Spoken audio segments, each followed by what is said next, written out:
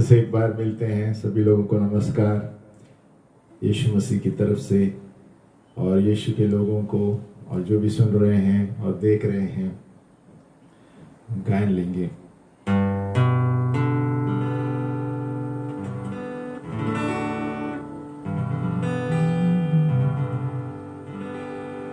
छू ले मुझे सामर्थ से कि मैं जीऊं सिर्फ तेरे लिए। भर दे मुझे अभिषेक से, चलता रहूं तेरी राह में।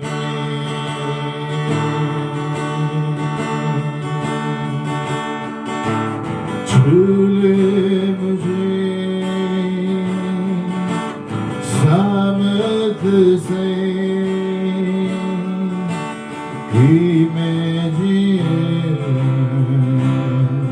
सिर्फ तेरे लिए। भर दे मुझे अभिषेक से,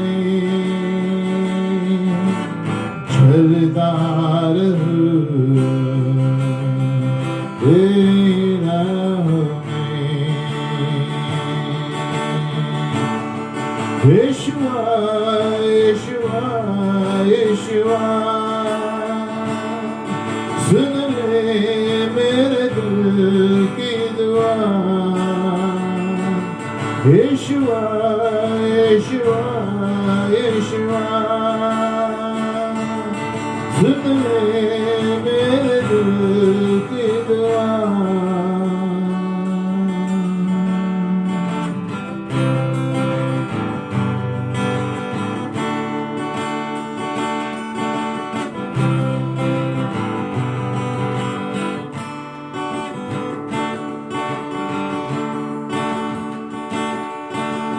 भर दे प्रभु यीशु मुझे रूह से, तेरी प्रशंसा करूं मैं पूरे दिल से करूं सजदा तुझे, तेरी आराधना।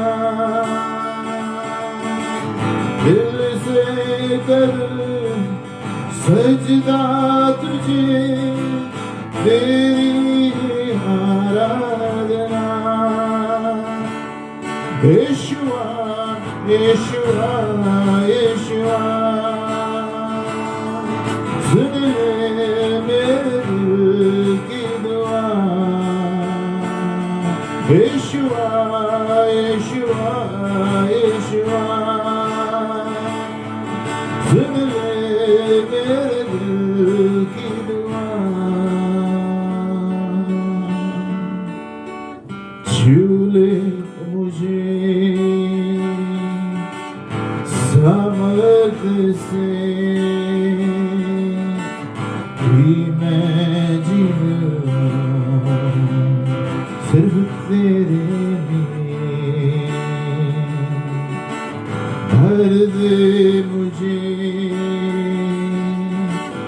अभिषेक से, चलता रहूं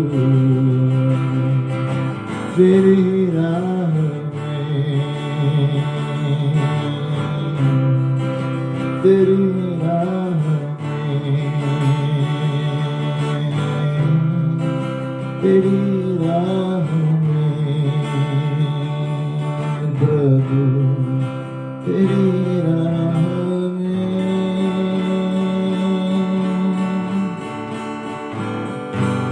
भर दे मुझे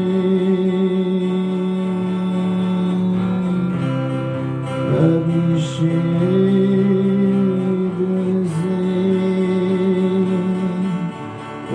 marasito ricordo, ora maratira, ora visitiri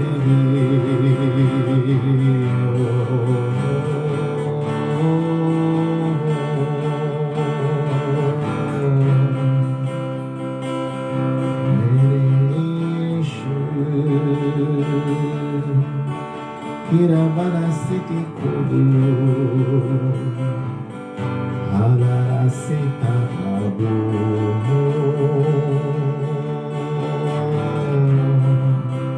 Kurabarasita paru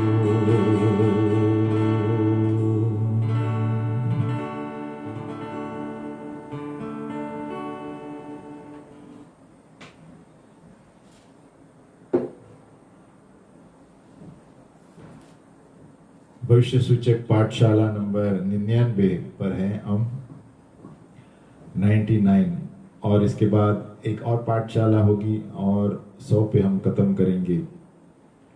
तो आज हम देखेंगे कि एक नकली नकल करने वाली आत्मा जो है उसके लक्षण क्या है।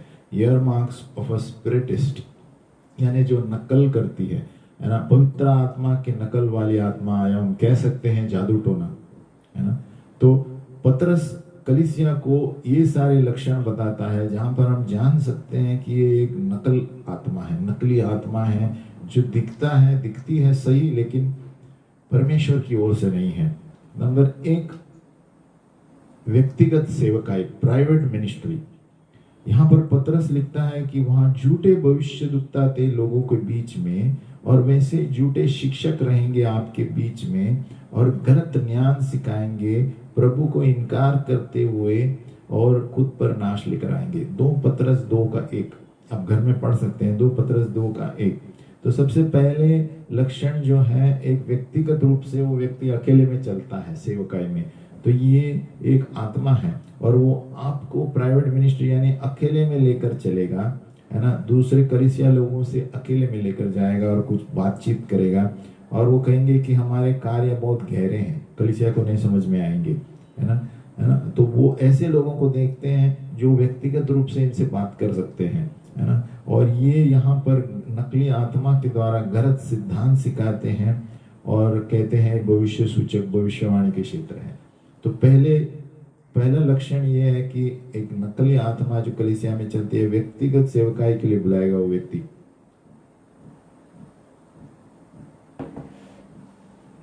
कलीसिया के सामने बात नहीं करेगा। नंबर 2 है नाश करने वाले ज्ञान, नाश करने वाली ज्ञान। 2 पतरस 2:2 में दिया है कि अंत के दिनों में ऐसे ज्ञान सिखाएंगे जो सत्य से बाहर है, दुष्ट के ज्ञान सिखाएंगे जो नाश की ओर लेकर जाएंगे। और जो इनके फंदे में फंसते हैं, ये नकली आत्माओं से चलते हैं। ये ऐसे भी करते हैं कि जो उनके कपड़े हैं उनकी तरह पहनेंगे, बाल भी उनकी तरह बनाएंगे और उनके बर्ताव भी ऐसे रहेंगे। इस तरह की नाश चीजें होने वाली, उनके बोलने के तरीके भी उस भविष्यद्वक्ता के तरीके होंगे, है ना। और ये झूठे भविष्यद्वक्ता अपने आप को मूर्ख बनाते हैं, और जब उनके जीवनों में आप देखेंगे कि आप उनके सारे संबंध टूटे हुए हैं, इन सारे भविष्यद्वक्ता और जो लोगों को उन्होंने चोट पहुंचाई है, आप इनके फल के द्वारा आप जानेंगे। तो नंबर 2 नाश करने वाले भविष्यद्वक्ता है। नंबर 3 व्यापार करने वाले भविष्यद्वक्ता। ये सारे चिन्ह लक्षण जो नकली भविष्य सूचक या भविष्यवाणी, नकली भविष्यद्वक्ता हम कह सकते हैं, ये आत्माएं चलती है। 2 पतरस 2:3 मर्केंडाइजर्स यानी व्यापार करने वाले, है ना। ये क्या कहते हैं, ये लोग खुद गर्ज होते हैं और किसी के उत्तरदायी नहीं है ना। तो जो ये इससे काम करते हैं, ये किसके भी अधिकार के नीचे नहीं रहेंगे, है ना। ये उसको लगता है कि मुझे जब भी चाहे मैं भविष्यवाणी कर सकता हूँ, है ना, और जो भी कुछ चाहे बोल सकता हूँ बढ़ा चढ़ाकर, है ना। ये लोग बढ़ा चढ़ाकर बोलते हैं और गलत भविष्यवाणी देते हैं, लोगों को व्यापार बनाते हैं पैसा देने के लिए और अपनी इच्छा करने के लिए, है ना। और अच्छे अच्छे शब्द बोलते हैं ये लोग उनकी इच्छा करने के लिए, भविष्यद्वक्ताओं की। और उनकी इच्छा मकसद बहुत कुछ हो सकता है, मशहूरता के लिए, पैसों के लिए, है ना। ऐसे बहुत से लोग बोलेंगे कि उन्होंने कुछ देखा या ऐसे कुछ सुना प्रभु से, है ना, लेकिन उनका मकसद गलत होगा कि आप उनकी ओर खींचने के लिए, है ना। और ये भविष्य सूचक नियंत्रण सबसे दुष्ट चीज है, दुष्ट चीजों में से, यानी व्यापार करने वाले भविष्यवक्ता है। नंबर 4 है ये अशुद्ध आत्माएं हैं, अनक्लीन, है ना, यानी ये शरीर की अभिलाषा में चलेंगे। 2 पत्रस 2 का 10, 2 पत्रस 2 का 10, ये नकली आत्माएं लक्षण गलत शारीरिक काम करेंगे। यूनानी शब्द इसका है अशुद्धता, है ना, या प्रभूषण करना, है ना। वो खुद तो अशुद्ध है ही, लेकिन दूसरों को भी अशुद्ध करते हैं।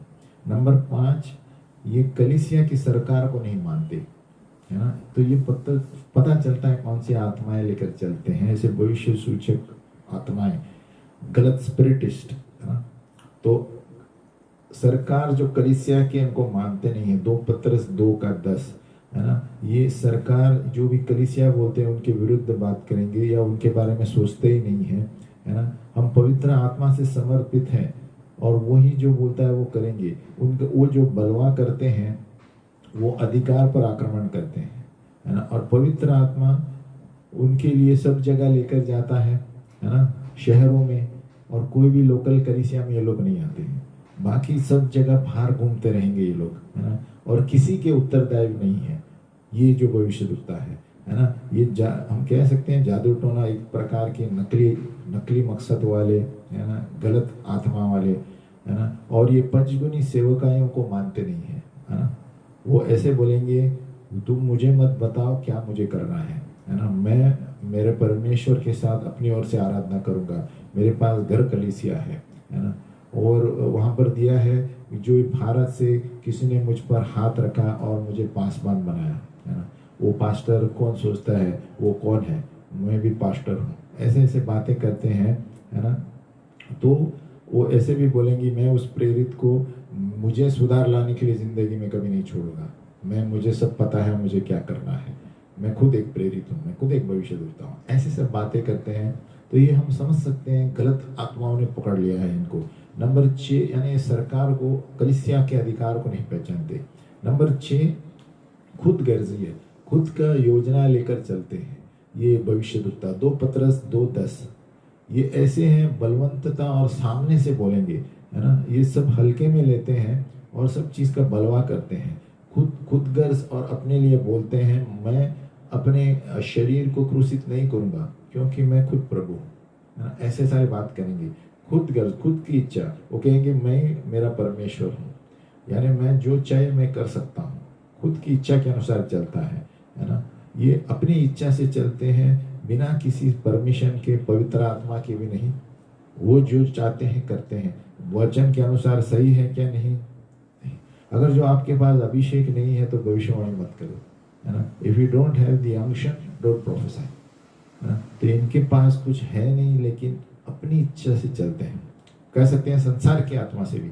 नंबर 7, ये अधिकारी के बारे में गलत बोलेंगे, they speak evil of authority, इस तरह की आत्माएं। 2 पत्रस 2:10, पंचगुनी सेवकाएं जो है इन्हें आत्मिक और अधिकार दिया है कलीसिया में, प्रभु यीशु मसीह ने दिया है ना। और लेकिन जो नकली आत्मा से चलते हैं ये डरते नहीं है, ये सामने बैठेंगे आपके साथ और अपनी सेवकाई के बारे में गलत बोलेंगे, दुष्ट बोलेंगे, है ना।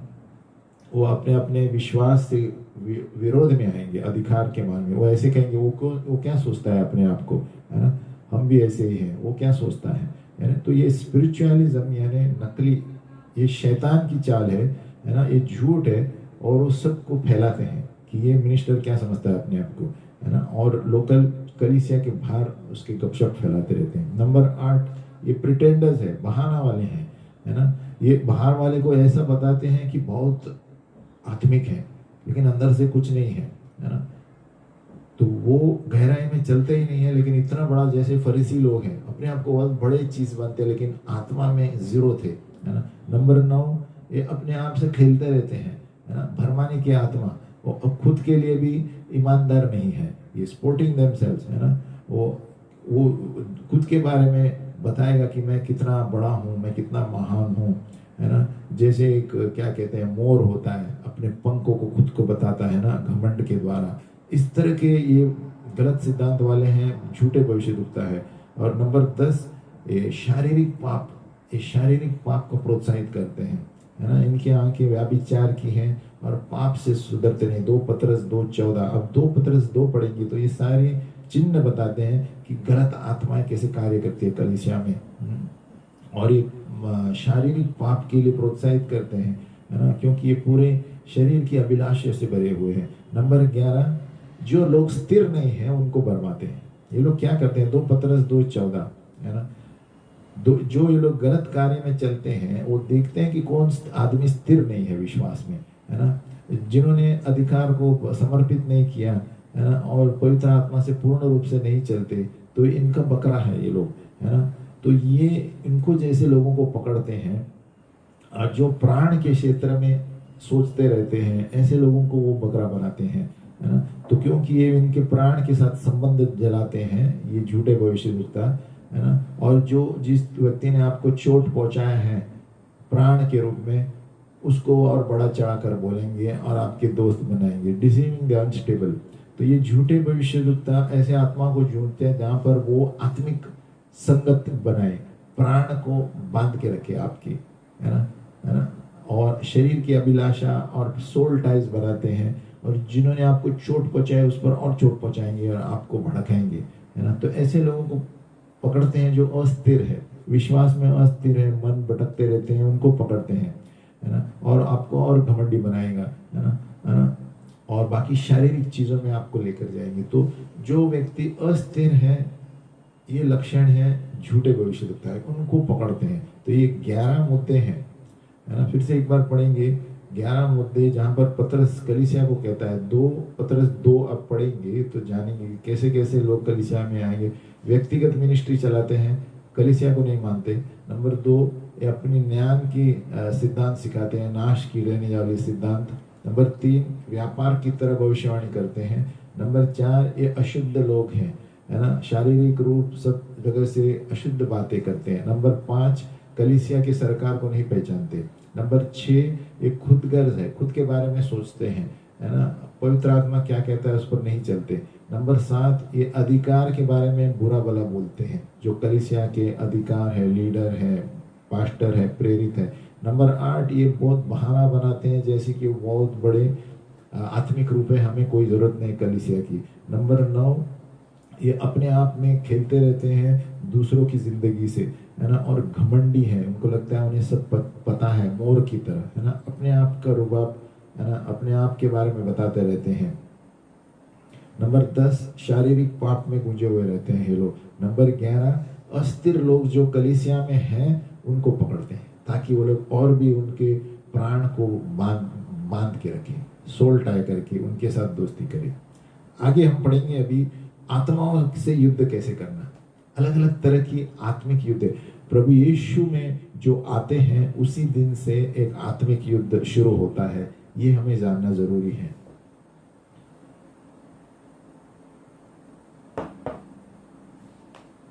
जब हम प्रभु यीशु मसीह को स्वीकारते हैं उसी दिन से हम एक आत्मिक युद्ध में चलते हैं।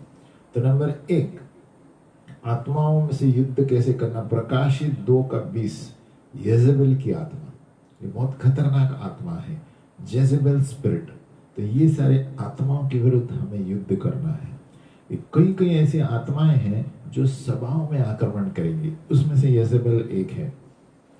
एलिया येजेबेल के साथ विरुद्ध लड़ा। एलिया बताता है कि भविष्य सूचक अभिषेक वाला व्यक्ति है, और परमेश्वर ने एलिया को खड़ा किया जब येजेबेल पैदा हुई थी, है ना, जो देश का नाश कर रही थी मूर्ति पूजा के द्वारा और जादू टोना के द्वारा।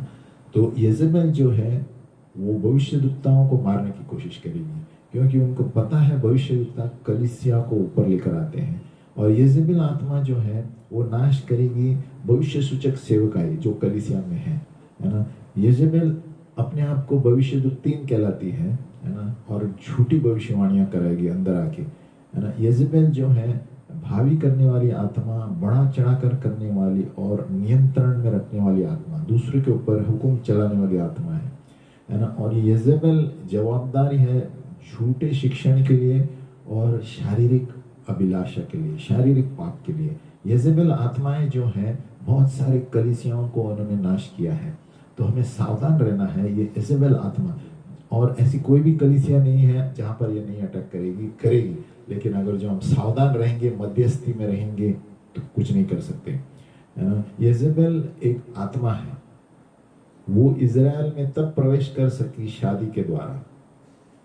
एहब जो था, एहब राजा ने इजेबेल से शादी की, और शादी एक वाचा है, और इस तरह वो अंदर घुस गई, है ना, कानूनी रूप से इज़राइल क्षेत्र में घुस गई, और उनकी मूर्ति पूजा, जादू टोना सब चलाने लगी महलों में, है ना। इजेबेल जो है, अगुवाई करने उनको अच्छा लगता है, वो प्रभावशाली बनेगी, लीडरों के विरुद्ध बात करके वो अपने आप को ऊपर लाएगी, है ना, और दूसरे का जबान के द्वारा नाम काटेंगे, नाम खराब करेंगे लीडरों का, है ना। अतालिया जो था, इजेबेल की जो पुत्री थी, है ना, इन्होंने भी राजा के बीज को मारना चाहा।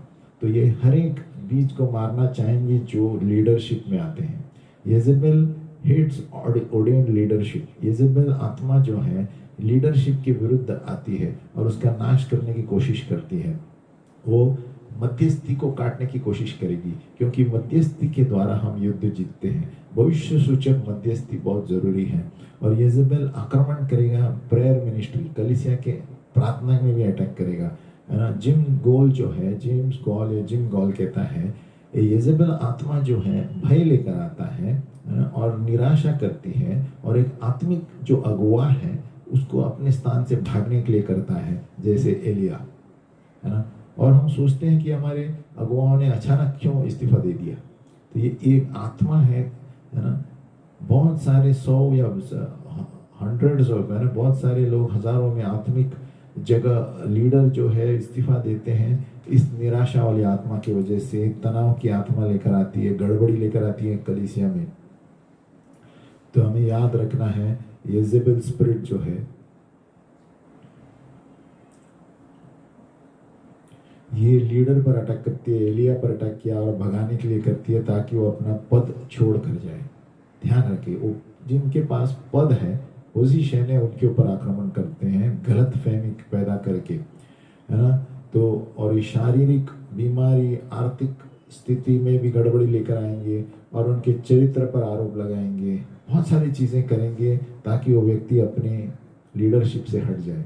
तो ये इनकी इजेबेल आत्मा की एक चिन्ह है जो भविष्य दुखता है। इसीलिए हम परखने की आत्मा चाहिए, और वो इन आत्माओं को परख सकते हैं। इजेबेल ये बहुत बड़ा चढ़कर बोलने भरमाने वाली आत्मा है, और इसीलिए भविष्यद्वक्ताओं को कलीसिया में परखने की आत्मा चाहिए, और इस आत्मा को खुलासा करना चाहिए, एक्सपोज करना चाहिए, चुप नहीं बैठना चाहिए, तभी ये भाग जाती है इजेबेल की आत्मा, है ना। और ये इजेबेल की आत्मा शिक्षण के द्वारा आ सकती है, झूठी भविष्यवाणी के द्वारा, और बड़ा चढ़ाकर बोलना दूसरों को, है ना। इजेबेल की जो आत्मा है एक सभा में नहीं चलनी चाहिए, है ना, क्योंकि वो कलीसिया को खत्म करेगी। उससे पहले उनको बाहर निकालना है, जो भी वो व्यक्ति है। पौलुस ने वैसा ही किया, ताकि वो बाहर जाके बाद में पश्चाताप करके आए, है ना। और इजेबेल के प्रभाव के अनुसार झूठा शिक्षण, जादू टोना, नियंत्रण सब आ जाता है कलीसिया में, है ना। और ये कलीसिया के लिए कैंसर की तरह है, और ये कलीसिया तंदुरुस्त नहीं रख सकती अगर जो इजेबेल की आत्मा अंदर है ना, गड़बड़ी चालू हो जाती है। ये एक भरमाने वाली आत्मा है, गिराने वाली आत्मा है, यानी गलत तरह से अगुवाई करती है और अच्छे से बात करती है। ये ज़्यादातर महिला के क्षेत्र में आती है, लेकिन जेंट्स में भी हो सकता है। अभी एहब को के ऊपर इजेबेल ने नियंत्रण रखा, आप देखेंगे तो बाइबल में, है ना। तो विश्वासी लोग हैं जो एक गलत रास्ते पे और नाश हो जाएंगे अगर जो इजेबेल आत्मा को रोका नहीं गया, और ये बहुत चोट पहुंचा सकती है और शरीर को भी।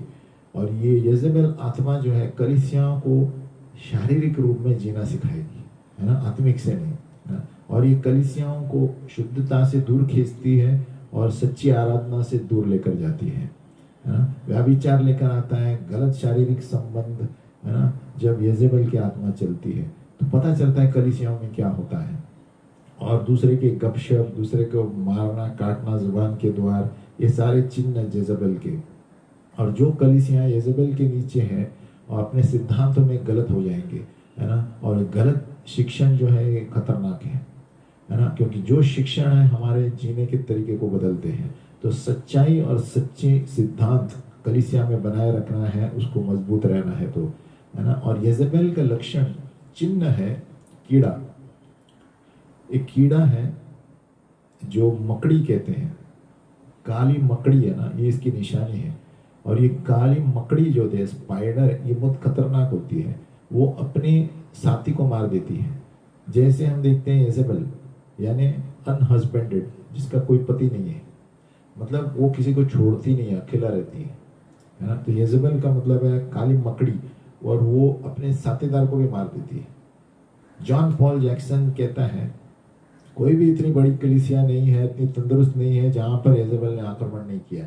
सब जगह है, आप ध्यान से देखें, लेकिन हम मध्यस्थी के द्वारा उसका आक्रमण करके बाहर भगा सकते हैं। इसलिए कलीसियाओं में भविष्य सूचक इंटरसेशन प्रोफेटिक होना बहुत जरूरी है, तभी हम परखने की आत्मा मिलती है। इसीलिए प्रोफेटिक कलीसियाओं में बहुत जरूरी है, क्योंकि प्रोफेटिक से ही पता चलता है कौन सी आत्मा कौन क्या कर रहा है कलीसिया में। हमें ध्यान देना है, लीडर खास करके कौन कलीसिया में आता है, किस तरह बर्ताव करता है, हमें ध्यान देना है। क्योंकि ये बहुत अच्छी बातें करते हैं, लेकिन पीछे से वार करते हैं, अच्छी अच्छी बात करके है ना, लोगों को अपने कब्जे में लेते हैं, जैसे येजेबेल ने किया था। नंबर 2, हमें इस आत्मा से भी युद्ध करना है, अब्सोलोम की आत्मा, अब्सोलोम स्पिरिट। ये जगह के लिए खोजती है, दूसरे की जगह लेना चाहती है। अब्सोलोम ने क्या किया, राजा दाऊद, उसका खुद का पिताजी की जगह लेनी चाहिए, और क्या करता था, फाटक के बाहर खड़े रहकर लोगों को बुलाता था। आज भी हो रहा है कलीसिया में, है ना।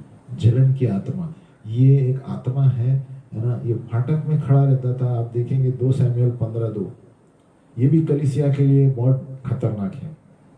अब्सलोम ने अपने पिता के सामने बलवा किया और उसके राज्य को लेना चाहा, है ना। अब्सलोम का मतलब है धोखा देना, है ना, बेईमानी।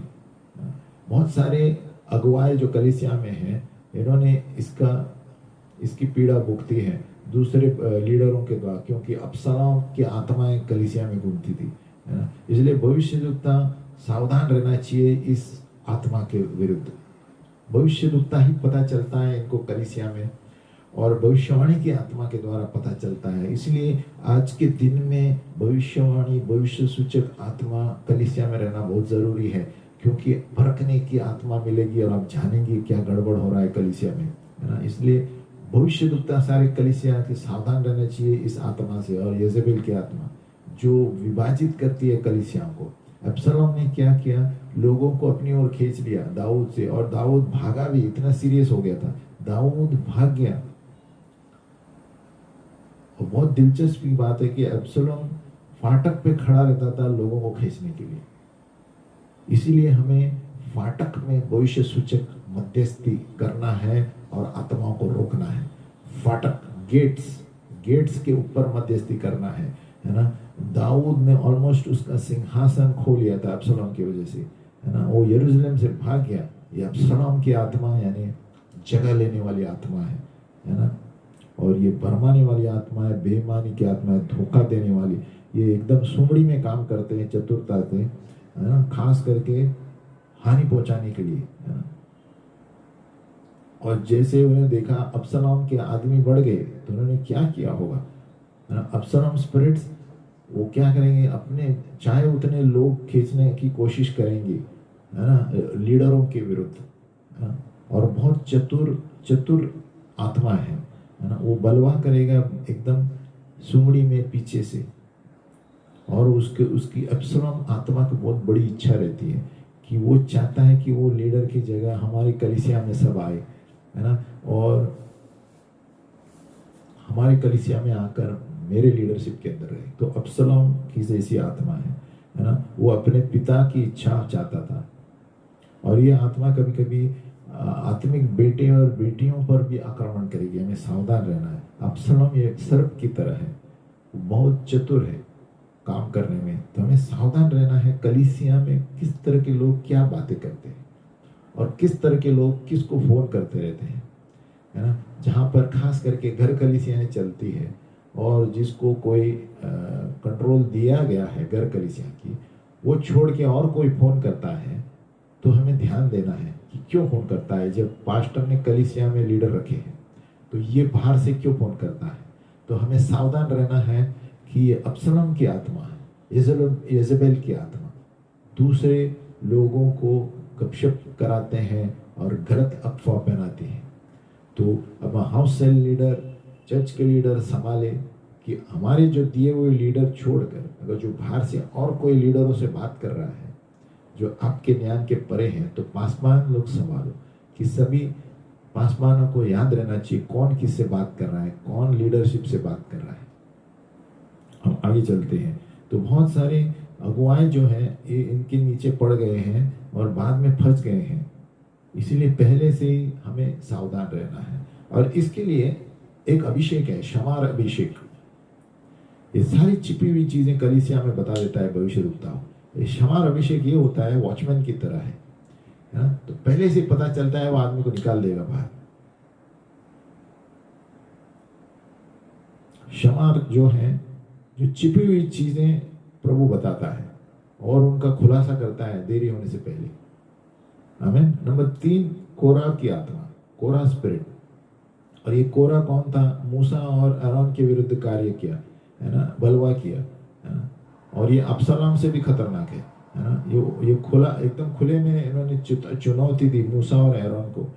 बल्कि जेजेबेल जो है ज्यादा करके महिला के द्वारा चलती है, कोरा ज्यादा करके मनुष्य के द्वारा चलता है ना। कोरा का चिन्ह है बिच्छू, स्कॉर्पियन काटता है सामने से। कोरा ने मूसा पर आरोप लगाया है ना कि उन्होंने अपने आप को ऊंचा किया है दूसरे लीडरों से भी, मूसा पर आरोप लगाया।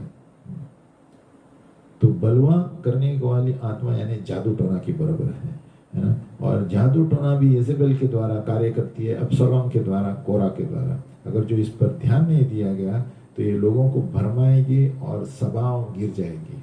हमें ध्यान देना है यजेबेल, अब्सलोम और कोरा की आत्मा। और कोरा आत्मा जो है एक लीडर को क्या करेगा, अपने आप को ऊंचाई पर लेके जाएगा सभा में, दूसरे लीडर को जो नियुक्त की हुई लीडरशिप से भी आगे बढ़ाएगा ताकि वो लीडर को नीचा करे। ये परमेश्वर के बताए हुए सरकार को विश्वास नहीं करते और ये बलवंत है और लोगों के सामने बताएंगे जिस तरह कोरा ने मूसा के सामने बताया कि आप कौन है, हम भी लीडर हैं, है ना।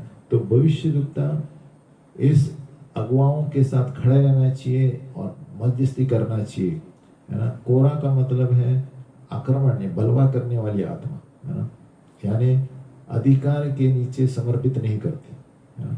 और शैतान जो है घृणा रखता है परमेश्वर के चुने हुए लीडर को। इसके लिए ये सब लीडरों के विरुद्ध काम करते हैं, यजेबेल, अब्सलोम, है ना। इसलिए हमें लीडरशिप पोजीशन के लिए प्रार्थना करनी है, मध्यस्थी हमारे पास्टरों के लिए, भविष्यद्वक्ताओं के लिए, क्योंकि यहाँ पर लोग आक्रमण करेंगे तो कलीसिया गिर जाती है।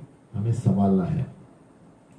और वो कोरा की आत्मा क्या करती है, एक व्यक्ति को बड़ा चढ़ाती है जो कि पहले से एक लीडर है, उसके विरुद्ध और एक लीडर खड़ा करेगा उसके ऊपर, है ना, चुनौती देने के लिए। और ये भविष्य सूचक और प्रेरितों की घृणा करते हैं कोरा, जिसलिए मूसा की और एरोन की विरुद्ध चली। नंबर 4, पाइथन स्पिरिट, अजगर की आत्मा।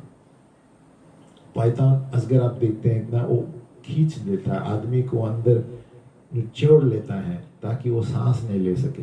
तो ये आत्मा अजगर की क्या करती है ना, चुप करते हमारे सांस निकाल देती है। स्तुति, आराधना, प्रार्थना करने से, भविष्य सेवकाई करने से, है ना। तो एक कलीसिया की प्रार्थना का जीवन ये निचोड़ना चाहती है आत्मा, ये आत्मा। और ये बंद कराएगी पवित्र आत्मा के कार्य कलीसिया में, है ना, ठंडा कराएगी, है ना। और ये आत्मा लीडर पर आक्रमण कर सकती है और उनके वरदानों से पीछे हट सकते हैं, है ना। और ये ज्यादा करके स्तुति आराधना की सेवकाई में भी आक्रमण करते हैं, प्रार्थना की सेवकाई में, ताकि वो पीछे हट जाए। जादू टोना जो है ये आत्मा है जहाँ पर पवित्र आत्मा को रोक लेगी आगे बढ़ने से, है ना। और झूठे वरदान और झूठे चिन्ह सामने आएंगे जैसे कि पवित्र आत्मा ने किया है। तो भविष्यद्वक्ता जो है ये बहुत सतर्क है पवित्र आत्मा के वरदान से, है ना। ये एकदम नाजुक है इनका मन और ये समझ जाते हैं कहाँ पर कुछ गलत होता है। तो ये इतना ही नहीं जानते कि कुछ गड़बड़ है, लेकिन वो जानते हैं कि गड़बड़ किसके लिए हुई है। तो भविष्यद्वक्ता और मध्यस्थी बहुत जरूरी है आज के दिन के लिए, और ये ही है जो जादू टोना को रोक सकती है, भावी आत्मा को रोक सकती है जो स्वभाव में घुसने वाली है ना। फिर से कहता हूँ, prophetic intercession is the need of the hour. भविष्य सूचक मध्यस्थी रोज करना है कलीसिया के लोग, कलीसिया के लिए, पासवान के लिए, भविष्यद्वक्ताओं के लिए, तो कि ये जादू टोना रोक लेती है, येजेबेल की आत्मा रोक लेती है, सारी अब्सलोम की आत्मा, कोरा की आत्मा, है ना। और ये पाइथन अजगर की आत्मा जो होते हैं, है ना, ये भविष्यवाणी कम कर देगी और पवित्र आत्मा के वरदान कमाएगी, प्रार्थना की चीजें कम कराएगी, थकावट लेकर आएगी, आत्मिक थकावट, है ना, और स्तुति आराधना कम कराएगी, है ना, और सेवकाई में आगे बढ़ने नहीं देगी, है ना। क्योंकि कलीसिया में लगातार तेल जलता रहना चाहिए पवित्र आत्मा का, तभी पता चलता है नीचे क्यों आ रहा है ना। कोई भी चीज रोक नहीं लानी चाहिए। आत्मिक जीवन जो कलीसिया की है वो जलती रहनी चाहिए, पाइप की तरह तेल जाता रहना चाहिए, दिया जलता रहना चाहिए। नंबर 5, लेवियातन आत्मा, लेवियातन स्पिरिट।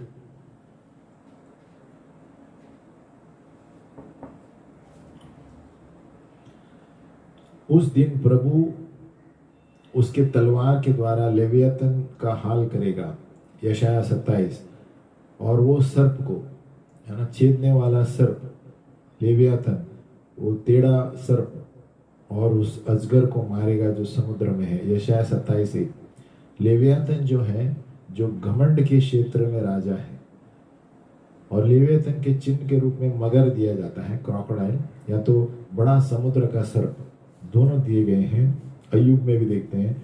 और ये लेवियातन की आत्मा अगुवाओं पर आक्रमण करता है ना, उनको घमंड लाने के लिए, और घमंड के द्वारा शैतान गिर गया था। परमेश्वर घमंडियों, अभिमान वालों को घृणा रखता है, लेकिन नम्र वालों को अनुग्रह देता है, 1 पतरस 5:5। तो नम्रता जरूरी है परमेश्वर के अनुग्रह के लिए, है ना। तो इसलिए अय्यूब 41 में हम देखते हैं लेवियातन के बारे में सबसे ज्यादा दी गई है ना। इसके चरित्र का मतलब है प्रार्थना न करना, वाचा तोड़ना, है ना, एकदम गलत शब्द इस्तेमाल करना, दूसरों की सेवा नहीं कर सकते, सांस ही नहीं है ना, जिद्दीपन, हृदय का कठोर करना, घमंड। ये सेवकाई हम घमंड में आ सकते हैं ज्ञान की वजह से और उन्नति की वजह से ना। याद रखिए, सेवकाई में हम घमंड अंदर आ सकता है ना। 1 कुरिन्थियों 8:1। इसलिए भविष्यद्वक्ता नम्रता के लिए बुलाते हैं। नम्रता ही है जिसपे हमें आदर मिलती है और उन्नति मिलती है। जहाँ पर नम्रता नहीं है वहाँ पर प्रवेश दरवाजा खुल जाएगा घमंड की आत्मा, जिद्दीपन की आत्मा और खुद को बढ़ा चढ़ाने वाली आत्मा। ये खतरनाक आत्माएं हैं जो जिसकी वजह से शैतान गिर गया था, है ना। तो घमंड जो है दरवाजा खोलता है नाश के लिए। सो हर एक कलीसिया के क्षेत्र में भविष्य सूचक मध्यस्थी होना जरूरी है।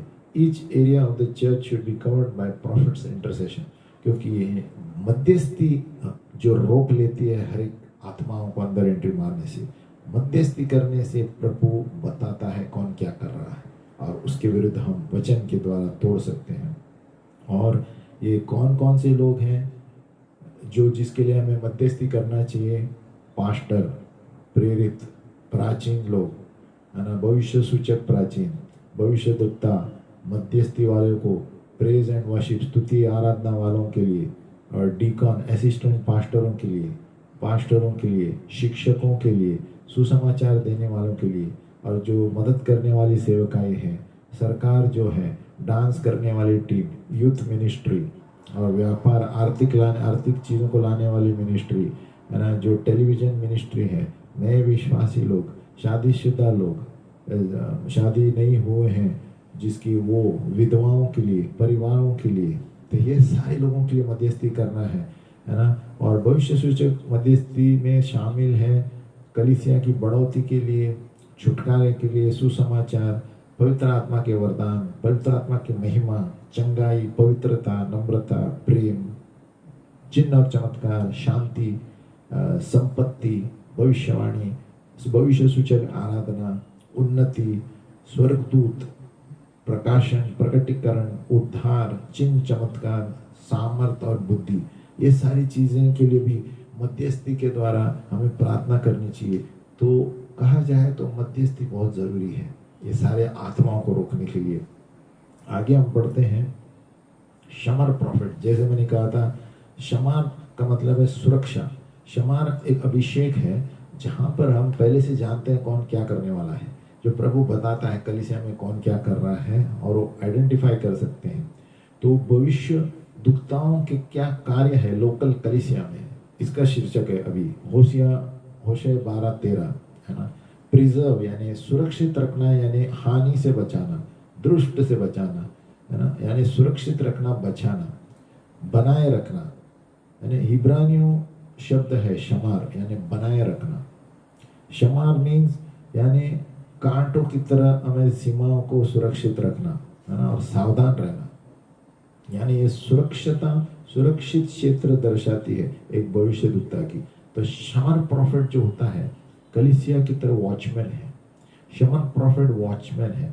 ये शमर पहले इस्तेमाल किया है उत्पत्ति 2:15, जेनेसिस 2:15 में Adam is told to keep शमर द गार्डन, यानी आदम को शमर रूप से बागीचे को संभालना था। जेनेसिस 4:9 में भी है, can asks God is he is brothers keeper. तो कैन परमेश्वर से पूछता है क्या मैं मेरे भाई का शमार हूँ, यानी सुरक्षा रखने वाला। तो शमार यानी सुरक्षा देने वाला, पहरेदार। तो ये भविष्य सूचक सेवकाएं में एक भविष्यद्वक्ता इस शमार अभिषेक से पता लगा सकता है कि कौन कलीसिया में ऐसा है जो गड़बड़ी कर रहा है ना? तो ये मध्यस्थी के द्वारा परखने की आत्मा, स्तुति, प्रचार, शिक्षण और आराधना से हमें पता चलता है। एक प्रकाशन जब भविष्य सूचक सेवकाएं में बहुत जरूरी है कलीसिया के लिए। भविष्यवाणी की आत्मा, प्रेरित और भविष्यद्वक्ता जो है ये फाउंडेशन है कलीसिया को ऊपर आने के लिए। अगर जो कोई इसमें विश्वास नहीं करते वो फंस जाएंगे, क्योंकि वो लोग अपने ही बल पर चल रहे हैं। क्योंकि अगर प्रभु वचन में कुछ देता है उसको हम बाजू में नहीं कर सकते। पंचगुनी सेवकायों में प्रेरित और भविष्यद्वक्ता सबसे अव्वल नंबर है। और ये एफिसियों 3:20 शायद दिया है कि ये नेव है प्रभु की कलीसिया के लिए। नेव यानी ये खड़े करती हैं कलीसिया के लिए कहाँ पर सही जा रही है नहीं। तो ये शमार का जो भविष्य सूचक क्षेत्र में बहुत जरूरी है कलीसिया के लिए कि वो भेड़ों की रखवाली करता है। शमार यानी एक भविष्यद्वक्ता तुरंत पास्टर को बताएगा कि ये मैंने ये देखा, कोई तो भी यहाँ पर है जो हमारी कलीसिया में फूट लेकर आने वाला है। तो शमार अभिषेक है, वो सुरक्षित रखता है, वॉचमैन की तरह हमारे भेड़ों को संभाल के रखता है, या देश को या शहर को, है ना। हर एक लोकल कलीसिया के लिए एक प्रोफेटिक गार्ड, हर एक कलीसिया के लिए एक भविष्य सूचक व्यक्ति बहुत जरूरी है, या जरूरी है। एक ही नहीं, 4-5 चाहिए। क्योंकि आज के दिन में अगर जो कलीसिया बड़ी है बहुत सारे भविष्य चाहिए, क्योंकि यही मध्यस्थी के द्वारा ऐसे गलत आत्माओं को रोक सकते हैं। बहुत सारे झुंड चाहिए जहां पर कलीसिया को हम रोक सकते हैं शत्रु के आक्रमण से, है ना। तो कलीसिया जो है इस तरह की सेवकाएं रखते हैं, इनका फायदा होता है कि ये लोग मध्यस्थी रखते रहते हैं। भविष्य सूचक मध्यस्थी में प्रभु दर्शन दिखाता है, किस जगह पर कलीसिया जा रही है, कौन आक्रमण कर सकता है ना। तो ये शमार अनॉइंटिंग बहुत जरूरी है। कलीसिया को हर वक्त सिखाया गया है कि पास्टर जो है आत्मिक अगुए हैं कलीसिया के, है ना, और वो लोग इनकार करते हैं भविष्यद्वक्ता की सेवकाई के लिए। और कलीसिया जो है इस तरह कार्य करने के लिए नहीं बनाई गई थी, है ना, कि खाली पास्टर चलाएंगे। भविष्यद्वक्ताओं को भी प्रभु ने बनाया है कलीसिया में। 1 कोरिन्थियों 12:28। कलीसिया जो भविष्य सूचक सेवकाई को सुनते नहीं है उनको नरक के आक्रमण आएंगे। फिर से बोलता हूं, अगर जो कोई भी कलीसिया भविष्य सूचक सेवकाई से इनकार करता है वो नरक के आक्रमण को रोक नहीं पाएंगे अंतिम दिनों में। इसलिए पहले से ही सावधान रह के मध्यस्थी करेंगे तो रोक पाएंगे। बहुत सारे अच्छे पासवान हैं जिन्होंने खाली पीली नाश महसूस किया है, क्योंकि ये भविष्य सूचक सेवकाई को मानते नहीं है या उसको समझ नहीं पाए। जब कलीसिया प्रभु एक बनाता है वो भविष्यद्वक्ताओं भी बनाएगा। वो कलीसिया के अंदर। और कलीसिया जो है प्रेरित के बुद्धि से भविष्यद्वक्ता की नींव से चलनी चाहिए, और ये दोनों की जरूरत है, प्रेरित और भविष्यद्वक्ता। और शमार जो है, शमार अनॉइंटिंग जो होता है, भविष्य सूचक सेवकाई, बहुत महत्वपूर्ण है जो कलीसिया के लिए फायदा होगा। शमार ये इब्रानिया शब्द है वॉचमैन के लिए, पहरेदार के लिए, कि एक भविष्यद्वक्ता वॉचमैन की तरफ देखता रहता है और पास्टर को जाके बोलेगा कि ये ऐसा ऐसा प्रॉब्लम आने का चांस है। तो वॉचमैन क्या करता है, प्रार्थनाओं के द्वारा, फिर मध्यस्थी के द्वारा प्रभु उसको रोक लेता है। कलीसिया प्रार्थना करेगी, है ना, और उसके द्वारा, भजन के द्वारा, गायन, स्तुति, आराधना, इसके द्वारा हम रोक पाते हैं उस शैतान के तीरों को, जो भी शमार अनॉइंटिंग के द्वारा, है ना। और शमार भविष्यद्वक्ताओं को एक स्थान देता है कि आत्मिक पहरेदार है, योद्धा है, अलौकिक रूप से ये लोग काम करते हैं और कलीसिया को बनाए रखते हैं, शमार भविष्यद्वक्ता। और बहुत सारे समय ऐसा होता है कि बहुत सारे, हम कह सकते हैं, कलीसिया के गुंडे अंदर घुसते हैं गलत बीज बोने के लिए, है ना, शैतान के गुंडे, है ना। लेकिन एक शमार अनॉइंटिंग वाला भविष्यद्वक्ता बरोबर देखता है कौन क्या करता है ना, और ये लक्ष्य देख सकता है और उनका आत्मिक रूप से उनको निराशा भी लेके आ सकता है भविष्यद्वक्ता, है ना, और ताकि वो जल्दी बाहर निकल जाए, अपने आप में बाहर निकल जाए। क्योंकि वो भविष्यद्वक्ता जब प्रार्थना करता है, कलीसिया प्रार्थना करती है, वो खुद ब खुद अपने आप में निराश होकर बाहर निकलेंगे ऐसे लोग। भजन संहिता 121 में दिया है, भजन संहिता 121:4, the Lord is thy keeper, शमार, the Lord is thy शमार, the Lord is thy shade upon thy right hand, the sun shall not smite thee by day, nor the moon by night, the Lord shall preserve, the Lord shall shamar thee from all evil, he shall preserve thy soul, he shall shamar thy soul, preserve, shamar, the Lord shall preserve thy going out, the Lord shall shamar thy going out and thy coming in from this time and even for more। तो preserve यानी शमार, बनाए रखता है व्यक्ति। हिंदी में, सुन Israel का रक्षक, Israel का शमार, न उगेगा और न सोएगा, यहोवा तेरा शमार है, रक्षक है, यहोवा तेरी दाहिनी ओर तेरी आड़ है, शमार है, न तो दिन को धूप से और न रात को चांदनी से तेरी कुछ शमार होगी, है ना। यहोवा सारी विपत्ति से तेरी शमार करेगा, रक्षा करेगा, वो तेरे प्राण की शमार करेगा, रक्षा करेगा, यहोवा तेरे आने जाने में तेरी शमार करेगा, अब से लेकर सदा तक। तो शमार का मतलब रक्षा, सुरक्षित रखना। यहाँ पर ये पंक्तियों से पता चलता है कि परमेश्वर हमारे लिए शमार है ना। तो भविष्य सूचक सेवकाई में शमार एक परमेश्वर का स्वभाव है। परमेश्वर कभी ऊँगता नहीं, न सोता है ना। परमेश्वर हमारे प्राणों को शमार करता है, परमेश्वर हमारे आने में और जाने में रक्षा करता है, शमार करता है। तो यही शमार कलीसिया में, कलीसिया को सुरक्षित रखता है भविष्यद्वक्ता के द्वारा। तो सुरक्षा हमारा वाचा का एक भाग है। तो भविष्यद्वक्ता भी हमारे वाचा में एक भाग है कलीसिया में। थोड़े थोड़े लीडर लोग जो है कहीं, है ना, ये भविष्यद्वक्ताओं को खाली बाहर वाले सेवकाई समझते हैं। नहीं, कलीसिया के लिए एक भविष्यद्वक्ता होना अंदर जरूरी है, भले ही बाहर जाए, है ना, क्योंकि ये आशीष है। एक भविष्यद्वक्ताओं को कलीसिया में रखेंगे, और अगर जो भविष्यद्वक्ताओं भी बाहर से लाएंगे, कलीसिया के लिए एक आशीष है। लेकिन सही भविष्यद्वक्ता, है ना, उसका मतलब ये नहीं कि कोई भविष्यद्वक्ता हम कलीसिया में नहीं रख सकते, बाहर ही जाने चाहिए। कलीसिया के लिए शमर भविष्यद्वक्ता जरूरी है, देखभाल करने के लिए, पहरेदार करने के लिए। ये शमर भविष्यद्वक्ता लोकल कलीसिया के भागीदार है, पासबान की तरह, और हर एक रहना और प्रार्थना करना चाहिए। अभी हम देखेंगे भविष्यवाणी करना और हाथ रखना, हाथ रख के भविष्यवाणी करना, हाथ रख के भविष्यवाणी करना। यहाँ पर 1 तीमुथी 4:14 ने पौलुस कहता है, उस वरदान को तुम इनकार मत करो जो तुम्हें भविष्यवाणी के द्वारा दी गई थी, हाथ रखकर प्राचीनों ने। तो तिमोथी को कहता है पौलुस, आज के दिन लोकल कलीसियाओं को भविष्य सूचक प्राचीनों की जरूरत है, जो अपने अपने उम्मीदवार को बढ़ोतरी करके आगे लेकर आएगा। प्रोफेटिक प्रेस्बाइटरीज, यानी जो वो उनको पता है कि ऐसे ऐसे लोग हैं कलीसिया में जो आगे के भविष्यद्वक्ता बन सकते हैं, लीडर बन सकते हैं, तो उनके लिए हाथ रख के प्रार्थना करना जरूरी है। ऐसे कितने सारी कलीसियां करते हैं, महीने में 2 महीने में करना जरूरी है, ताकि हम चुन सकते हैं वरदान वाले लोग। और ये कौन करेंगे? भविष्य सूचक प्रेस्बाइटरीज, प्रोफेटिक प्रेस्बाइटरीज, यानी भविष्य सूचक प्राचीन लोग हैं जो सारे उम्मीदवार को बुलाएंगे कलीसिया के। आज हम प्रार्थना करने वाले तुम्हारे ऊपर, है ना। तो जो कलीसिया को ये प्रकाशन होना चाहिए कि इसका सामर्थ्य क्या है, ये भविष्य सूचक जो हाथ रखना होता है। और इसके लिए हर समय कलीसिया समय देना जरूरी है। महीने में एक बार या 6 महीने में एक बार ये रखना जरूरी है, ताकि हम जान जाएंगे हमारी कलीसिया में कौन से वरदान वाले लोग हैं जो पासवान प्रेरित भविष्यद्वक्ता बन सकते हैं। नहीं तो हमें पता नहीं चलेगा, क्योंकि भविष्य सूचक प्राचीन उन पर हाथ रख के भविष्यवाणी करते हैं, व्यक्तिगत रूप से और कलीसिया के लिए। तो ये प्रोफेटिक प्रेस्बाइटर्स होना बहुत जरूरी है।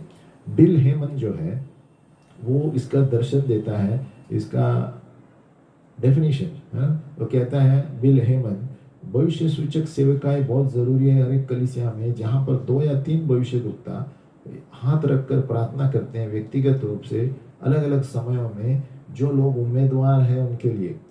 कारण नंबर 1 कि वो परमेश्वर की देह में कौन कौन से लोग सेवकाएं में आ सकते हैं। नंबर 2, एक रीमा वचन दिया जाएगा परमेश्वर के द्वारा उन व्यक्तियों के लिए। नंबर 3, उनके वरदानों पर उंडेला जाएगा उनकी सेवकाई के वरदान और उनका बुलावा। नंबर 4, प्रकाशन, प्रगटीकरण और निश्चिंतता होगी कि ये लोग यही सेवकाई के लिए बने हुए हैं। तो देखो, ये जो है भविष्य सूचक प्रेस्बाइटरीज भी कहते हैं, भविष्य सूचक प्राचीन जो हाथ रखकर प्रार्थना करते हैं, ये 6-6 महीने में एक बार होनी चाहिए कलीसिया में। और ये सभी लोगों के लिए नहीं है, उन लोगों के लिए है जो कलीसिया के लीडरों को लगता है कि ये लोग लीडर होने के लायक हैं, उन पर ही प्रार्थना करेंगे। बाकी लोग पीछे बैठकर अन्य भाषा में प्रार्थना कर सकते हैं, ताकि वो मौसम चार्ज रहे पवित्र आत्मा में और सही भविष्यवाणी जाए उनको, है ना। तो ये हाथ रखकर प्रार्थना करते हैं ना, जिसके ऊपर ये पंचगुनी सेवकाएं के व्यक्ति हो सकते हैं, तो उनके लिए ये प्रार्थना कर रहे हैं, तो तभी प्रभु का वचन आएगा। और ये सरकारी रूप से कलीसिया के लोग हैं, है ना, क्योंकि ये चर्च के एल्डर्स लोग ही करते हैं, है ना। और ये सेवकाएं में ये वो आत्मा उंडेलते हैं जहाँ पर उम्मीदवार को पता चलता है कि हाँ, मेरा बुलावा ये है, मुझे आगे बढ़ना चाहिए। तो ये जब तक हम नहीं करेंगे, अभी तक तो हम हाउस सेल में करते हैं कि कौन कैसा है, लेकिन ये कलीसिया में करना जरूरी है। 6 महीने में एक बार, या तो बाहर से बुला सकते हैं भविष्य सूचक प्राचीनों को, क्योंकि उनको पता नहीं वो कौन है। तो जब वो उम्मीदवार पर भविष्यवाणी करेंगे तो हम जान जाएंगे कि ये व्यक्ति शिक्षक है, ये व्यक्ति भविष्य सूचक है, प्रेरित है। और उसी तरह कलीसिया भी शक्तिशाली हो जाती है, आगे बढ़ती है। अभी जो प्रेस्बाइटरी टीम, भविष्यद्वक्ता की टीम में 2 या 3 हो सकते हैं, और वो हर एक व्यक्ति समय लेता है एक एक व्यक्ति के ऊपर, क्योंकि ये दूसरी भविष्यवाणी की तरह नहीं है। ये एक व्यक्ति के उम्मीदवार को सेवकाई में खड़े करने की बात है। तो कलीसिया में जो पास्टर है वो बताएंगे कि ये उम्मीदवार इसके लिए लायक है, तो वही सारे उम्मीदवारों को प्रार्थना करने के लिए भविष्यद्वक्ता आएंगे। 2 या 3 आएंगे जो बहुत बुजुर्ग हैं, यानी आत्मिक रूप से बुजुर्ग हैं, है ना। तो हर एक भविष्यद्वक्ता कुछ ना कुछ उंडेलेगा उस व्यक्ति पर, है ना। बहुत समय लेगा, है ना, कभी कभी समय लगेगा एक व्यक्ति को, तो 2-3 दिन चलता रहेगा, है ना। और यहाँ पर कोई स्पर्धा नहीं है हर एक भविष्यद्वक्ता में, मैंने ये बोला, आपने ये बोला। ये परिपक्व प्राचीन होने चाहिए, है ना। प्रेरित और भविष्यद्वक्ता कभी भी साथ में मिलकर बहुत अच्छा टीम हो जाते हैं दूसरों को उम्मीदवार बनाने के लिए। तो इसमें प्रेरित और भविष्यद्वक्ता शामिल रहने चाहिए। भविष्य सूचक की टीम कलीसिया के ऊपर प्रार्थना करना, ये हर एक 6-6 महीने में होना चाहिए, तो हम या 1 साल में होना चाहिए, जहाँ पर हमें पता चलता है कि किसका क्या वरदान है और ये क्या बन सकता है नेक्स्ट लेवल पर। और खास करके जिनके पास भविष्यवाणी का वरदान है, ये और फायदा है, ये इनमें रोज प्रार्थना कर सकते हैं, है ना। और उनके लिए खास अभिषेक के लिए ठहरने की जरूरत नहीं है। सभी विश्वासी के अंदर भविष्यवाणी की आत्मा होती है। जो सिंपल भविष्यवाणी की आत्मा सुधार के लिए, बांध काम के लिए और सात्वना के लिए होती है। तो प्रेरित और भविष्यद्वक्ता अगुवाई कर सकते हैं, दिशा बदल सकते हैं, सुधार कर सकते हैं, क्योंकि ये सारे वरदान उनके अंदर है। बुद्धि का शब्द, ज्ञान का शब्द, विश्वास उनके दफ्तरों से काम करता है। इसलिए इस जगह पर प्रेरित और भविष्यद्वक्ता बहुत आसानी से काम करते हैं। कलीसिया में जो जो उम्मीदवार को चुनना है ना, एक भविष्य सूचक जो सेवकाएं होती है वो सुधार से भी गहराई में चलेगी। वो अपने बुलावे को उंडेल कर जाएगा। जैसे तिमोथी को पौलुस ने कहा, याद रखो वो भविष्यवाणी जो तुम्हारे प्राचीनों ने हाथ रख करके उस पर याद रख के आगे बढ़ो, है ना। तो कभी कभी आदमी निराश हो जाता है तो प्रभु याद दिलाएगा, याद रखो वो भविष्यवाणी आपको दी गई थी, उसको पकड़ कर आगे चलते रहो, प्रभु आपके साथ है। आमीन। तो जितना परिपक्व वो भविष्यद्वक्ता होगा उतना ही उम्मीदवार तेजी से आगे बढ़ेंगे, है ना। उतना उम्मीदवार को प्रोत्साहित करेंगे वो लोग, है ना। और उतना ही भविष्यवाणी का सामर्थ्य चलेगा कलीसिया में, और कलीसिया का विश्वास भी बढ़ना चाहिए। वो लोग स्तुति गायन जारी रखना चाहिए, अन्य भाषा बोलते रहना चाहिए, उपवास करना चाहिए, आराधना करना चाहिए। उसके द्वारा क्या होता है, जब ये लोग भविष्यवाणी करते हैं उस उम्मीदवार के ऊपर बहुत असर पड़ता है और वातावरण में अभिषेक रहता है और बहुत सारा ताजगी आती है, ताज़ा अभिषेक आता है पूरे कलीसिया के लिए। और भले जो लोग ऑडियंस में बैठे हैं वो लोग भी आनंद उठाएंगे जो लोग वो आनंद करते हैं, क्योंकि प्रभु का वचन क्या कहता है, हमें उन लोग should rejoice with them that rejoice. जब वो लोग आनंद करेंगे हमें आनंद करना चाहिए। कलीसिया जो देख रही है कि उम्मीदवार, है ना, उम्मीदवार को चुने गए हैं प्रभु की सेवकाई के लिए, तो हर एक कलीसिया की जो लीडरशिप है उस वक्त रहना चाहिए। ये जब सभा होती है 6-6 महीने 1 साल में, और ये भविष्य सूचक वचन सुनना चाहिए जो लोगों के ऊपर, और लिखना चाहिए, है ना, ताकि वो लोग ध्यान रखें कि किसने किसके लिए क्या बताया, कि ये लोग लायक है लीडर बनने के लिए, है ना। हमें लिखना भी चाहिए, रिकॉर्ड भी करना चाहिए। और जो सेवकाएं नहीं, जो ऑडियंस में बैठे हैं, वो लोग आत्मा में प्रार्थना करना चाहिए, प्रोत्साहित करते रहना चाहिए।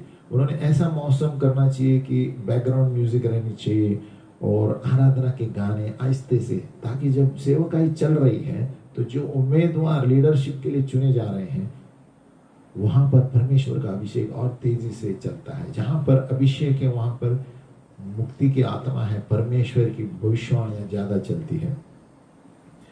और ये अच्छी होगा अगर जो ये भविष्य सूचक लोग बाहर की कलीसिया से लाए, है ना, क्योंकि अंदर की कलीसिया पहचान वाले होते हैं, बाहर से कलीसिया कुछ पता नहीं चलता, है ना, तो फेमिलियर रहते हैं और कभी सुनेंगे भी नहीं, है ना। कलीसिया में लीडर होंगे लोकल, उसमें से भी कर सकते हैं, लेकिन बाहर से लाएंगे तो अच्छा होता है, क्योंकि फिर हमें शंका नहीं होती कि ये तो मेरा ही आदमी है, इसको पता था मेरे बारे में, है ना। तो बाहर से लाएंगे और ऐसे सभाएं रखेंगे 1-1 साल में 6-6, तो हमें पता चलता है प्रभु ने इसको कैसे पता मुझे ये बुलावा है, ये तो मुझे पहचानता नहीं।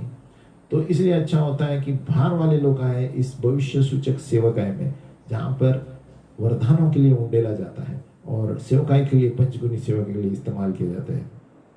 तो ये लोग हाथ रखकर प्रार्थना करेंगे उम्मीदवार के ऊपर, और ये जोड़ी होंगे, शादीशुदा होंगे तो भी दोनों आ सकते हैं, है ना। और ये प्रोत्साहित हो सकते हैं। समझो पत्नी नहीं है और पति है तो पति आ सकता है ना। तो ये दोनों के लिए मजबूत हो जाएंगे और सेवकाई के लिए काम होगा, और कलीसिया के लिए और कलीसिया के लीडरशिप के लिए अब परखने की आत्मा होगी जो उम्मीदवारों के ऊपर है, इन्होंने बताया है ना। और ये सारे उम्मीदवार लेकिन कलीसिया के चर्च के होने चाहिए, जो पास्टर सिलेक्ट करते हैं, बाहर के नहीं। और तो ये सुझाव है कि जो मेंबर लोकल कलीसिया के होने चाहिए 1 साल तक, नहीं तो क्या होता है बाहर के लोग भी घुस जाते हैं उस सभा में, तो 1 साल का वही लोग अंदर जा सकते हैं उस उम्मीदवार के चुनाव के लिए। और भविष्य सूचक जो ये सेवकाई है, ये ऐसा समय है और थोड़े लोग गहराई में भविष्य सूचक सेवकाई मिलती है जो उम्मीदवार है ना, क्योंकि ये प्राचीन भविष्यद्वक्ता आते हैं उन पर हाथ रखने के लिए, है ना। और जो चुने गए हैं उनको पहले बताना चाहिए कि आत्मिक रूप से वो उपवास करे, है ना, और प्रार्थना करे, और उनके ताकि वो मजबूत बने अंदर से और सही वचन उनको मिले, है ना। तो स्वीकार करने वाला व्यक्ति भी प्रार्थना में रहना चाहिए। अगर जो समझो एक शादीशुदा व्यक्ति है और एक उसके पति या पत्नी ने उद्धार नहीं पाया है, तो फिर भी विश्वासी व्यक्ति इस सेवकाई को स्वीकार सकता है। है ना। तो ये उम्मीदवार अगुवाई बन सकते हैं कलीसिया के लिए, है ना। और कोई कोई ऐसे उम्मीदवार भी हो सकते हैं जहाँ पर नई सेवकाई के लेवल में चल रहे हैं, है ना, तो नई लेवल में आ रहे हैं उनको भी भेज सकते हैं। और जो कलीसिया के ये जैसे मैंने बताया साल में या आधे साल में रख सकते हैं, और इसीलिए अगुवाओं को भी इसके बारे में सिखाना चाहिए, ये तैयारी करना चाहिए ये इवेंट रखने से पहले, कि हम 3 महीने के बाद प्रार्थना करने जा रहे हैं उन लोगों के लिए जो प्रभु ने बुलाया है आगे बढ़ने के लिए। तो पहले से इसके बारे में शिक्षण लेंगे ना, तो वो तैयार रहेंगे, है ना, क्योंकि कभी उनको पहली बार हो सकता है कोई कोई उम्मीदवार के लिए। तो कलीसिया के लिए ये प्रकाशन होना चाहिए किस समय हमें रखना है, 1 साल में या 6 महीने में, हर वक्त लोगों के ऊपर हाथ रखकर प्रार्थना और सेवकाई में छोड़े जाए, है ना। और इसका जो मुख्य नींव है, ये जो हम बता रहे हैं प्रोफेटिक प्रेस्बाइटरी, 1 तिमोथी 4:14 है। पॉल तिमोथी से कहता है उस वरदान को इनकार मत करो जो आपने भविष्यवाणी के द्वारा हाथ रखते हुए लोगों ने आपके ऊपर दी थी। तो ये उसका नींव है। उसका मतलब हर वक्त कलीसिया को ये करना है ना। भविष्यद्वक्ताओं ने हाथ रखकर जो आपके प्रार्थना, ये प्रोत्साहित करने के लिए तिमोथी के लिए, क्योंकि उस वक्त तिमोथी के वहाँ कलीसिया में सताव हो रहा था। तो तिमोथी के लिए तो कभी कभी हम निराश होते हैं ना, उस वक्त ये भविष्यवाणी याद रखनी चाहिए। अरे मुझे ये भविष्यवाणी दी गई है, मैं क्यों निराश हो रहा हूँ, प्रभु मेरे साथ है। तो इसके फायदे क्या हैं?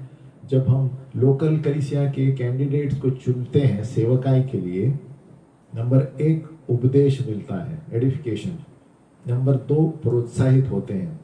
नंबर 3 सांत्वना मिलता है। नंबर 4 दिशा मिलती है लोगों को। नंबर 5 सलाह मिलती है। नंबर 6 निश्चिंत हो जाते हैं उनके बुलावे पर। नंबर 7 वो सुधार पाते हैं जहां पर गलत थे। नंबर 8 उनका न्याय होता है, कहाँ पर सही है और नहीं है। नंबर 9 ये लोग भक्तों को वरदानों से भर देते हैं, और वरदानों का सेवक जैसे तिमोथी को हाथ रख कर दिया, वो वरदान उंडेलते हैं, प्रेरित होंगे या भविष्यद्वक्ता जो भी है। तो ये इसलिए भविष्यसूचक वचन जो है सिर्फ संदेश नहीं होता है, भविष्यसूचक वचन यानी हम उंडेल रहे हैं उस बुलावे को उस व्यक्ति पर, है ना। ये जीवन लेकर आता है उस व्यक्ति में, है ना। वहां पर एक भविष्य सूचक सेवकाई जब भी होता है साल में या 1 साल में, जहाँ पर जीवन फूकते हैं हम एक व्यक्ति के अंदर, जहाँ पर वो अपने वरदानों को लेकर बाहर निकल जाएगा कलीसिया से और सेवकाई करेगा। तो वरदान और उस उम्मीदवार का तकदीर का प्रकट हो जाता है और कार्य में आता है जब भविष्य सूचक लोग हर साल में प्रार्थना करते हैं हाथ रख के उम्मीदवारों के लिए प्रभु की कलीसिया में। आमीन। तो और ये विश्वासियों को भी खड़े रहने की ताकत देता है ना। और ये कुंजी है कि बहुत सारे विश्वास भी मजबूत हो जाते हैं जो देखने वाले हैं कलीसिया में क्या हो रहा है। अभी हम देखते हैं सपनों के बारे में।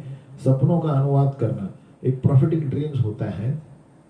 एक भविष्य सूचक सपने साधारण होते हैं, वो साफ है, एकदम आपको पता चलता है इसका मतलब ये है, इसका संदेश ये है ना। कभी कभी आपको छोटे छोटे सपने आएंगे एक के पीछे एक, लेकिन वही संदेश रहेगा, तो आपको पता चलता है इसका मतलब ये है। नंबर 2 चंगाई के सपने। ये चंगाई के सपने में क्या होता है, आपके भूतकाल के सपने आ जाएंगे, है ना। आप कहेंगे कि अरे काश में इधर ऐसा हुआ होता, आज यहाँ पर उसने आपने कर दिखाया उस सपने में, मतलब प्रभु आपको चंगाई दे रहा है उस क्षेत्र में। या तो आप पुराने घरों में जाते होंगे उस सपने में, या पुराने समय में जाते होंगे और वो फिर से वो अनुभव कर रहे हैं, लेकिन वहां पर अभी देख रहे हैं आप खुशी का आनंद है, मतलब प्रभु आपको चंगाई दे रहा है उस सपने में। और या तो ऐसा सपना होगा आप भाग रहे हैं, दौड़ रहे हैं, छुप रहे हैं, लेकिन अंत में आप सामना कर रहे हैं, मतलब आप जीत गए। तो ये हीलिंग ड्रीम्स है, चंगाई दे रहे हैं आपको आपके क्षेत्र में। नंबर 3 गंदे सपने। ये इधर उधर के कचरे सब जो आप घर में सोचते रहते हैं, है ना, अलग अलग चित्र अलग अलग स्थान में घूमते रहते हैं, घटनाएं होती रहती हैं, उसकी वजह से आपके विवेक में से ये सपने आ जाते हैं। इसे गार्बेज ड्रीम, प्रभु उसको बाहर निकल रहा है ना। तो जब आप जैसे जैसे आप प्रभु के वचन में और प्रार्थना में गूंजे रहेंगे तो ये गंदे गंदे सपने आपको आएंगे और बाहर निकलते रहेंगे। प्रभु बता रहा है ये जंक बाहर निकल रहा है कंप्यूटर की तरह, है ना। जहाँ पर आप भावनाएं बता रहे हैं कोई भी सपने में जो स्वाभाविक नहीं है, जो असली में, तो प्रभु क्या कर रहे हैं, आपको उस क्षेत्र में चंगाई दे रहा है ना। A dream where you display emotions, जहाँ भावनाएं और चरित्र जो आपके स्वाभाविक रूप से नहीं है ना, उसका मतलब ये सपनों के द्वारा आपको साफ सफाई कर रहा है प्रभु, है ना। और इनके कोई अनुवाद नहीं होता, है ना। जहाँ पर आपके भावनाएं और विवेक में जो छुपी हुई चीजें हैं, है ना, और छुपी हुई परीक्षाएं की घड़ी, छुपी हुई लालच, ये सारी भावनाओं में जब आते हैं सपने में, यानी प्रभु आपको साफ कर रहा है उस क्षेत्र में से, है ना। और आप भावनाओं में उधर वहां पर बह रहे हैं सपनों में, है ना। जो बल्कि हकीकत में आप ऐसे नहीं करते, तो मतलब प्रभु आपको उस क्षेत्र से बाहर निकाला है। इसमें कोई अनुवाद नहीं होता इस तरह के सपनों में। आगे हम देखते हैं अंदर के सपने, इंटरनल ड्रीम। ये अंदर के सपने जो होते हैं आपको आत्मिक रूप से दिशा देते हैं, आपके लिए ज्ञान का शब्द, है ना, भूतकाल का, वर्तमान का। एक अंदर का सपना जो होता है इस आपके आत्मिक जीवन के बारे में बताता है ना, कि आपके आत्मा किस स्थिति में है ये ऐसा बताता है। अगर जो कोई चीज की घटी है तो ये बताएगा, है ना, और सब कोई नई चीज दी है वो बताएगा। तो भविष्य सूचक सपने ये अगुवाई करते हैं अंदर के लिए और चेतावनी देते हैं प्रभु सीधी तरह से। जैसे यूसुफ को, है ना, जब हेरोद मर गया तो स्वर्गदूत आके यूसुफ को कहने लगा अभी बाहर निकल जा। तो ये अंदर के ड्रीम से अगुवाई करते हैं। और यूसुफ और उसका उदाहरण है इंटरनल अंदर वाला। यूसुफ ने सपने में देखा कि मेरे माँ बाप भाई सब मेरे सामने झुकने वाले हैं, और ये पहले से ही प्रभु बता रहा है व्यक्तिगत रूप से उसके लिए क्या होने वाला है आगे।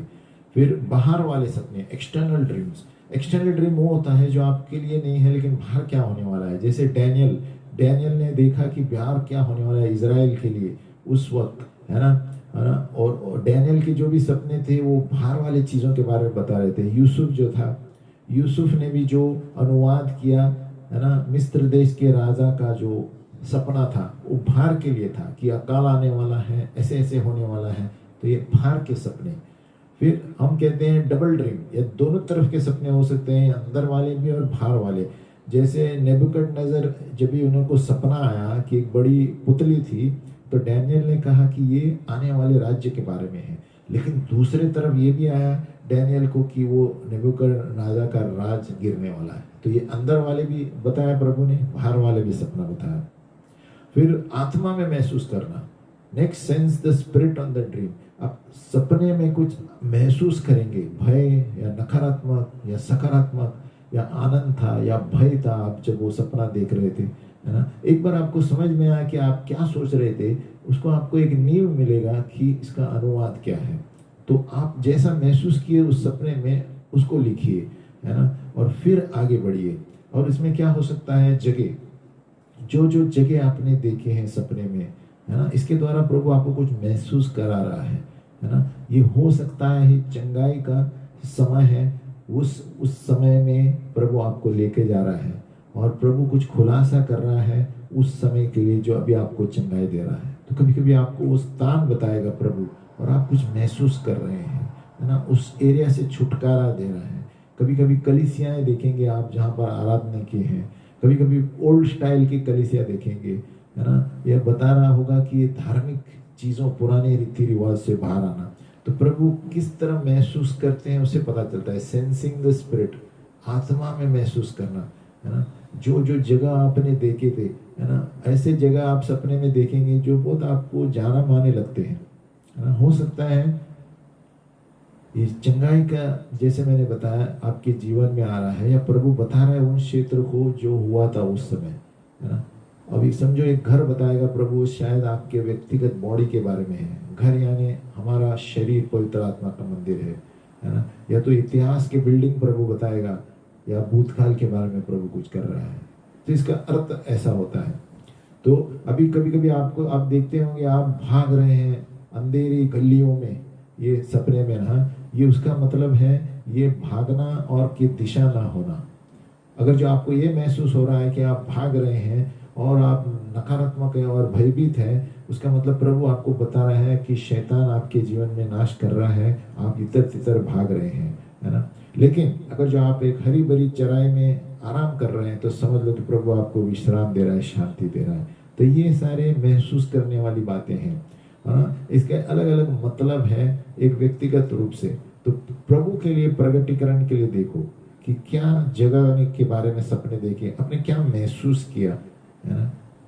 क्या चित्र थे, चरित्र कौन थे, क्या यंत्र थे, प्राणी क्या थे, रंग क्या थे, आपने क्या महसूस किया, है ना। जैसे मैंने बताया, आप गली में भाग रहे हैं, इधर उधर भाग रहे हैं और आप डर रहे हैं, नकारात्मक चीजें आ रही हैं, तो प्रभु आपको बता रहे हैं आप जीवन से भाग रहे हैं और शैतान आपका पीछा कर रहा है और नाश कर रहा है ना। और जो प्रभु का नहीं है, इसलिए अपने जीवन को सुधारो, है ना।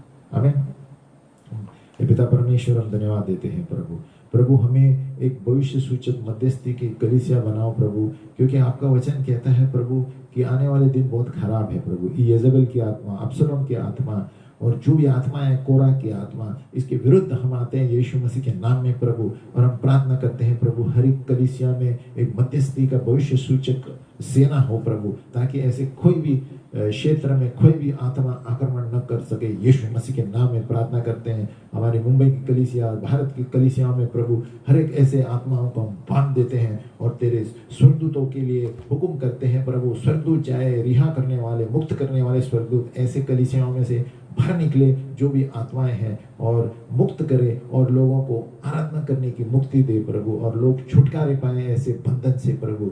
जो भी ऐसी आत्माएं चल रही हैं इस देश में या इस शहर में या जहाँ कहीं लोकल कलीसिया में प्रभु, जो हक हमें तुम्हें दिया है यीशु मसीह के नाम में, हम उसको बांध देते हैं प्रभु। और तेरे स्वर्गदूतों के लिए मांगते हैं, छुटकारे वाले स्वर्गदूत सब कलीसिया में भेज प्रभु, जहाँ पर ऐसी गड़बड़ी हो रही है और सही क्या है गलत क्या है सब जाने प्रभु। यीशु के नाम में प्रार्थना करते हैं, आमीन।